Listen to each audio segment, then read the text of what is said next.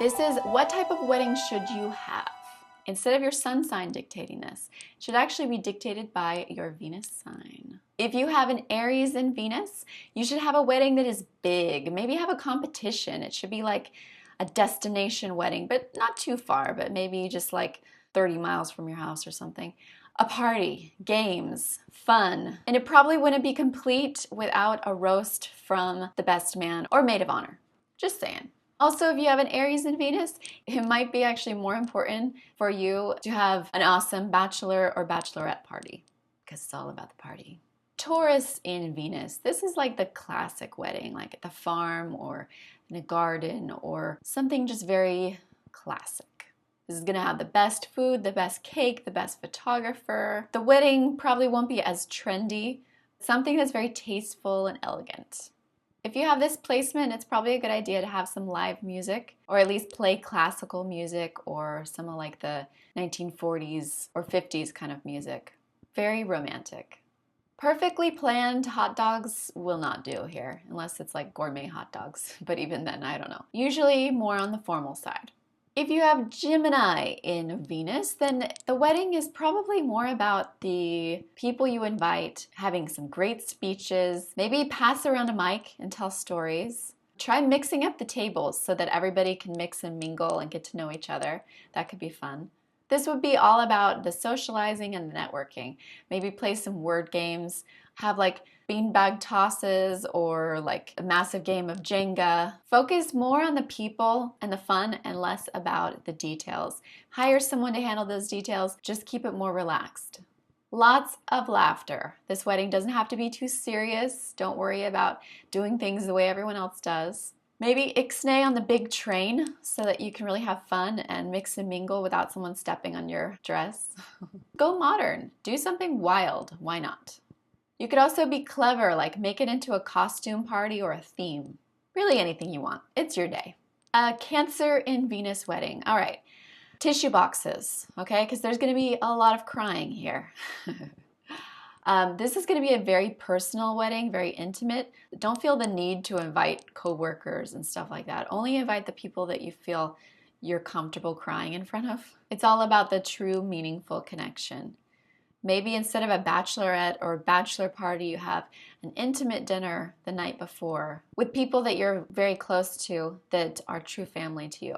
It's about those sweet, true moments of connection and not about, the gown or anything else.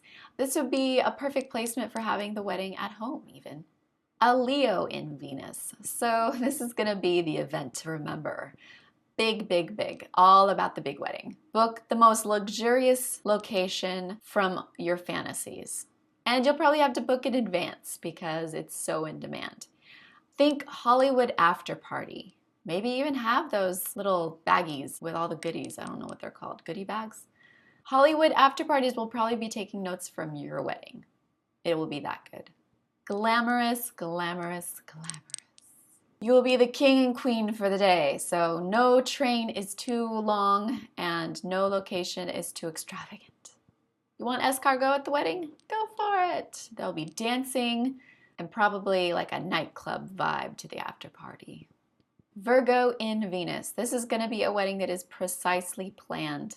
Now, it depends on the type of Virgo Venus you are. Either you want to plan every detail yourself or you'll need a wedding planner because it will just be like, my mind is going to explode because I'm such a perfectionist, I can't handle this. But most likely it'll be the first one if you're not too busy at work. So remember to not get too stressed, like have some massages, do some yoga, treat yourself to some calming things, whatever calms you before the big day. It could also be fun to delegate to close friends and family little things that they can do just to kind of get everybody involved. Working together with people might be the most memorable part. Or just doing it yourself and having all those memories of working through the planning stages is probably going to be very important to you. Everyone that loves you, having them get their hands dirty and getting involved might be a real good sign of love to you, that you really feel cared for that way. But a Virgo in Venus probably has every detail planned out when they're 5 years old. You might even have your wedding book ready to go when someone pops the question to you. A Libra in Venus. So this is going to be a wedding that is very, very well decorated, very artistic. It could be original, but it's just going to be like a work of art. Have the guests write down or record messages to you guys, the happy couple, because that's a fun way to get the communication going and give you ideas and romance of what would work to perfect your marriage. Your wedding can be cutting edge and classic at the same time because you have such an eye for the trends and also the classics of design. Who knows, maybe rent some swans. They are kind of a symbol of Libra. Probably all about the vows to each other, the way that you're going to use language to show your affection for each other as a partnership. But you don't have to do it in your typical way. You could write a song, you could create an art piece, just like do your thing. This is going to be your artistic declaration of love, so make it yours. A Scorpio and Venus wedding. This is going to be very meaningful, very deep. There's going to be an emotional reason behind every single decision that's made, from the location to the decorations to the guest list, everything. This is going to be a wedding that's honest and intimate. There might be some emotional reveals from friends and family or from yourself that come out because of that Scorpio Venus energy. Don't get caught up in the trimmings. Connect to your emotional side. Let that be the throughput of the wedding. Whatever makes you feel emotionally true to yourself. Sagittarius Venus. This could be a destination wedding, or it could be a wedding that has a bit of a cultural, thematic thing going through, whether it's just the food that's served, or the decorations, or where you have the after party, or who you invite. This could also be a themed wedding, like have everyone dress up with saris. That'd be fun. I think here it's more about the honeymoon destination and really traveling than it is about the actual wedding. So make sure to not skimp on that honeymoon. Make it a travel plan to remember.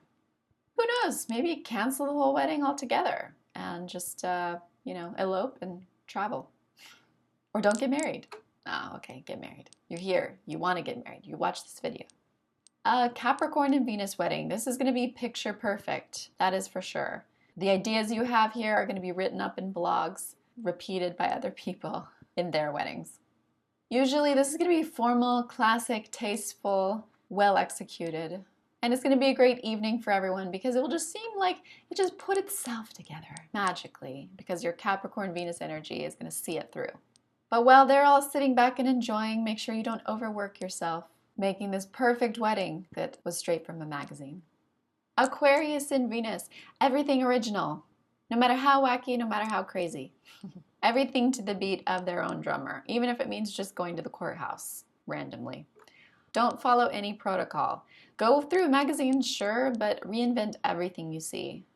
Who knows, maybe it's a cyber wedding and you and your loved one are on vacation and everyone's watching from FaceTime or whatever. Or maybe the wedding cake is black. Or maybe your wedding dress is black. Who knows? Just change it up. Make it you.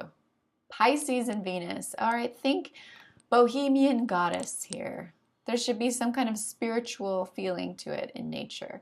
Maybe a wedding that's on the beach, just an earthy tone to the decorations. The ceremony being perfect probably isn't as important to you as just that spiritual undertone of everything.